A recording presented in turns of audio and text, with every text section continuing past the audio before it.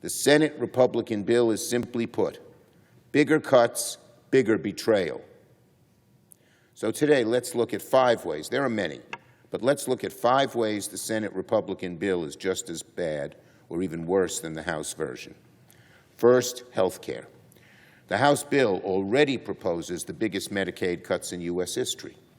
Their bill would rip health care away now from 16 million Americans, make over $1 trillion in health care cuts. Second of the five of the worst things in the Senate bill are clean energy jobs. Senate Republicans spent weeks promising they'd ease the clean energy cuts passed by the House. But the Senate Republican energy package is a total head fake. It's not real. The cuts in the Senate clean energy bill are every bit as destructive as the House proposal. It phases out tax credits for wind and solar projects within 6 months. An estimated 850,000 people in the clean energy industry will lose their jobs. Third, and this one's very important because it has not gotten the attention it deserves, the Senate bill somehow manages to cater even more to the radical gun lobby than the House. For those who may have missed it, and many did, in the House bill, Republicans snuck a devious provision that reverses a century of safety rules on silencers. But Senate Republicans go even beyond that. Refusing to be outdone by their House colleagues, they made it even worse in a dramatic way.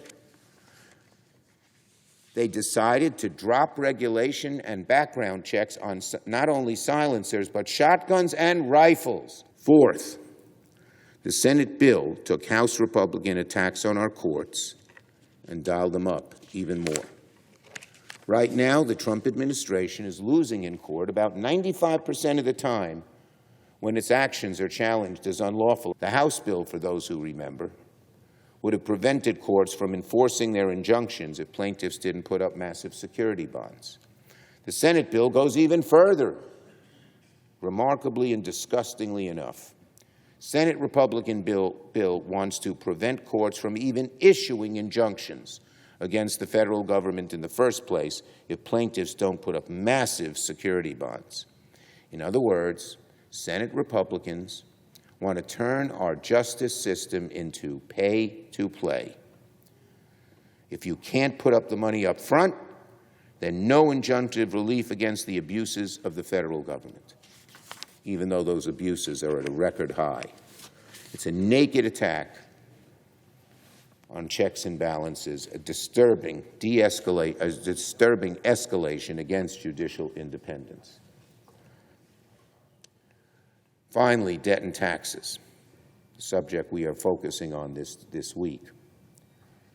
Senate Republicans, through their proposal, want to pass some of the largest cuts for the ultra-rich in American history and then ruin our children's financial future by making these tax cuts permanent. If Republicans make Trump's tax cuts permanent, our children and grandchildren will be condemned to a lifetime of higher interest rates, higher costs, and diminished potential. When you put it all together, the Senate version of Donald Trump's big, ugly bill is even worse than the House. It makes even deeper cuts to health care.